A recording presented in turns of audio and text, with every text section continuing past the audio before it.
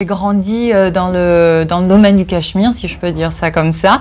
Ma mère a travaillé dans le Cachemire, donc je connais ce produit depuis toute petite. Et 3 fois par an, Ada fait un voyage au pays du Cachemire. À 11 heures de vol de la France, en plein cœur de la Mongolie intérieure, une région du nord de la Chine, la jeune femme a rendez-vous à Baotou. Ici, c'est un peu la capitale mondiale du Cachemire. À tous les coins de rue, des grossistes et encore des grossistes. La ville compte plus d'une quinzaine d'usines de fabrication. Mais surtout, à quelques kilomètres du centre-ville, c'est dans cette région que l'on trouve les fameuses Capraiscus, les chèvres qui donnent le poil de Cachemire. Dans ces plaines arides, proches du désert de Gobi, on en trouve près de 10 millions. Des bêtes qui aiment le froid, et c'est l'hiver, rigoureux ici, qu'elles fabriquent le poil si doux et si précieux. Voilà, c'est là. Il dit c'est cette couche-là, le Cachemire. Il est en train de le montrer là. Sous l'épais manteau de poil se cache une fine couche de cachemire près de la peau. Il dit là, ces jours-ci, il ne fait pas très froid. Donc là, le Cachemire, il est tout court. Mais au fur et à mesure qu'on va avancer donc, dans l'hiver, le poil du Cachemire donc, va grandir pour protéger la bête du froid. À la fin de l'hiver, ce duvet peut atteindre plusieurs centimètres. Et en avril, les chèvres sont tondues pour le récupérer.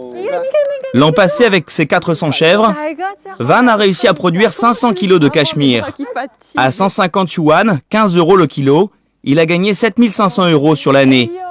Une aubaine pour un fermier en Chine. Alors ces bêtes, il y fait très attention.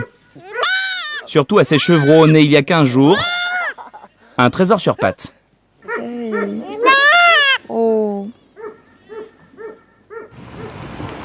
Le Cachemire de Van arrive ici, à la Fengyuan Company.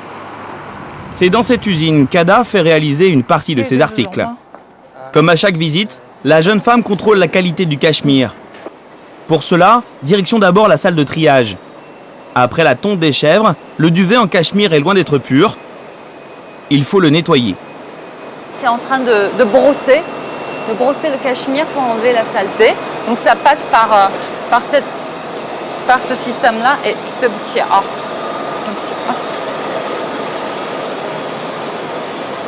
et ça donne ça. Donc là, on voit déjà la différence entre le cachemire qu'on a vu à l'entrée et à la sortie. Et cette opération va être renouvelée 6 fois.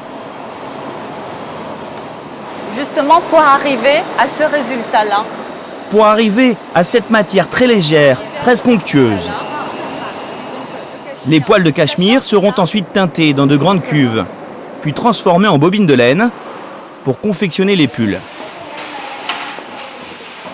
Là justement, c'est les bobines qu'on obtient une fois qu'on a filé le cachemire qu'on a vu tout à l'heure.